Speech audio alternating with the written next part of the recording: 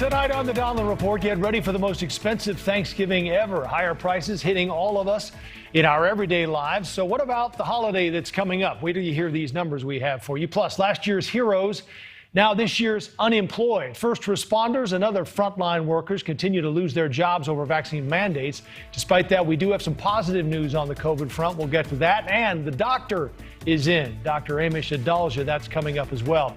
And more disturbing revelations tonight from the production of Alec Baldwin's movie Rust. A veteran prop master turned down the job on the film because of what he called red flags. Could criminal charges be coming?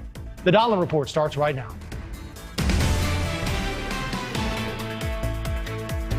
So Thanksgiving is the quintessential American holiday. Pretty much everyone celebrates it and pretty much everyone eats turkey. But this year we will have to pay more than ever. And that is the pulse of America tonight. The price of your average 8 to 16 pound turkey is 22% higher this year compared to last year. In fact, everything you serve, from the trimmings to even the wine, is more expensive. And it does add up. A 3-pound bag of potatoes up 13% compared to last year. A 2-pound bag of carrots, 47% more expensive. Beef up 12%, bacon 17%, and wine up 5%. So how does not only the average family, but the family that's struggling to put food on the table to begin with, keep up with all of this? Will we have a happy Thanksgiving? Here's more for you. Dinner rolls cost more because the cost of nearly every ingredient bakers use has gone up. Canned cranberries will cost more because China is limiting steel production and domestic steel plants have not caught up. Like I said, everything, including the disposable aluminum cooking pan you use for your turkey or even the pumpkin pie there, is more expensive. That's to say nothing of the pumpkin filling itself, which is why some are saying this could be the most expensive meal in the history of the holiday. And that's where we begin tonight. Barbara Eastman and John Whipperfirth. Barbara is the owner of Happy Foods grocery stores in Chicago, and John is the grocery manager. It's great to have you both on the front lines there in the produce section and the frozen food section as well to give us an idea of what's happening. Barbara, let's start with you. How much have you had to raise prices already? Well, it's been going up every time we get orders in, multiple times across the last few months. On what items, Barbara, primarily? Mostly in the grocery, the dry goods, and then especially the meat, the beef, and the poultry, the chicken, pork. All of that's gone up. Let's see what else has gone up, John. A lot of oil products, and wheat. So spaghetti has gone up. A lot of pasta. John, So basically, it's your staple items. Yeah, should we buy our turkeys now, Barbara? Is that the idea? I mean, sooner the better on all of these things. I say you should place your orders. This store specifically, we have a lot of fresh turkey orders. What's good about that is that they're grown in Illinois, so the production is here and the distribution is here. So the fresh turkeys, we take the orders and then people pick them up. The frozen ones, yes, order soon because we don't know what's going to come in. John, what kind of problems have you been having with the supply chain issues? What items are you having trouble getting in stock? And what are companies doing to make up for what they're having problems with as far as providing these items? Well, it's pretty much all over the board, here and there. Right now, canned fruit is a little hard to find. Paper is getting a little tight again, towels and toilet paper. And water. And it's mainly the containers that they come in? Like plastic bottles. Right. Yeah, exactly, plastic bottles. We're seeing that as well, Barbara, with wine, are we not? The bottles are on the containers? Yeah. Yes. Right now, we do have enough wine for the holiday, but it's afterwards. All right. So what are you suggesting as far as people looking to cut corners maybe?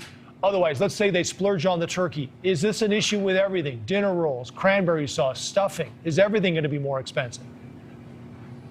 Everything has been going up. So, I mean, I don't know what more increases will be coming through, but the prices have already been reflected as going up. All right, Barbara Eastman and John Whipperfirth of Happy Foods grocery stores in Chicago. Thank you both for your time. Good luck as we approach the holidays. We appreciate it. Thank you. Happy Thanksgiving. Thank you. For more on what this holiday could cost us, UBS financial advisor Tracy Burns joins us now. Tracy, also a mother of 3. And Tracy, I know you like to have big holiday meals. What's on the table this year? Is it going to be chicken instead of turkey? Yeah, well, the good news is we're Italian, so we eat everything but the turkey, so I'm okay with it. I think the better news is that we're getting together this year. We have to keep that in mind. This time last year we weren't. And so when you can't compare this year's orders to last year's because there just were none. I ate alone with my 3 kids last year. I'm thrilled to be sitting with my family, and I could care less what's at the table. I think the American consumer needs to get very creative and think out of the box. Maybe it's a potluck. Maybe everyone brings things.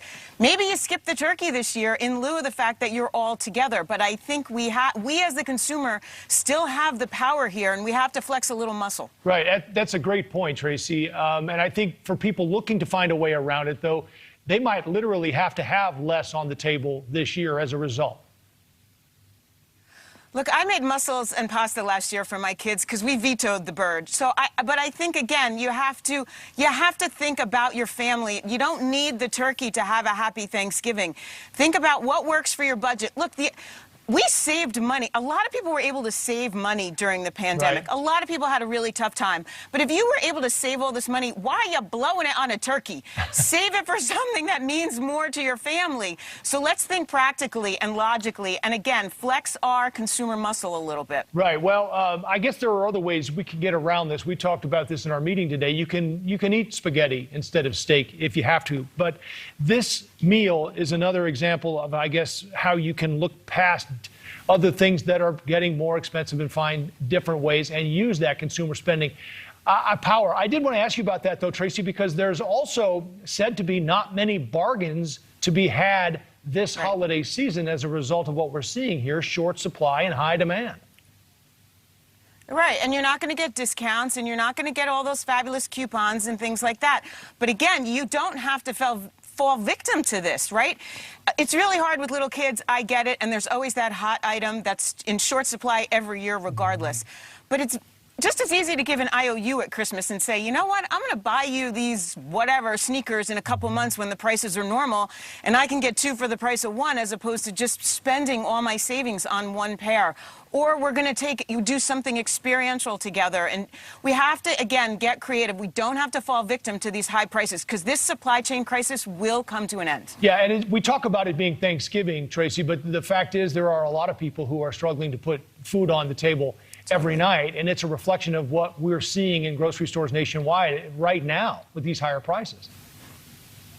Absolutely. And look, and they're the ones that get hit the hardest. Our lower and middle income families get hit the hardest no matter what. When we raise taxes, when inflation goes up, they're the ones that feel it the most. And so with that, it's our duty then as Americans to help each other during this holiday. Again, it's not about the bird. It's about the fact that we can all be together, that we're healthy finally, that we're being vaccinated and we can get out and do things. And so why not give a little to a family that needs it as opposed to overpaying for stuffing and canned cranberries. Yeah. Even if it's cold cuts, let's not forget the meaning of the holiday. It's a great point, Tracy. Let's get just a quick forecast from you as far as moving forward, because these are issues we haven't seen in a while with inflation, higher prices, wages not keeping up. What do you foresee short term, and then I guess even a little bit longer term? Yeah, so we still think this last quarter of the year is going to be okay. Earnings season's turning out to be pretty good. I do think, though, we have to anticipate inflation and this supply chain moving into 2022. It's going to be hard to get stuff. Prices are going to be higher for a while. We need to get people back to work, women in particularly. So there's still things that this economy needs to work through before we're off to the races, but once we get there, 2022 could be a really good year for us. All right, we'll look forward to that. Tracy Burns, UBS financial advisor, thanks again. And I'm guessing maybe lasagna. That's another alternative for you on Thanksgiving, huh? It is a tradition in my house. Okay. Forget the bird. It's my mother's lasagna all day. All right, love it. Tracy, good to see you. Thank you.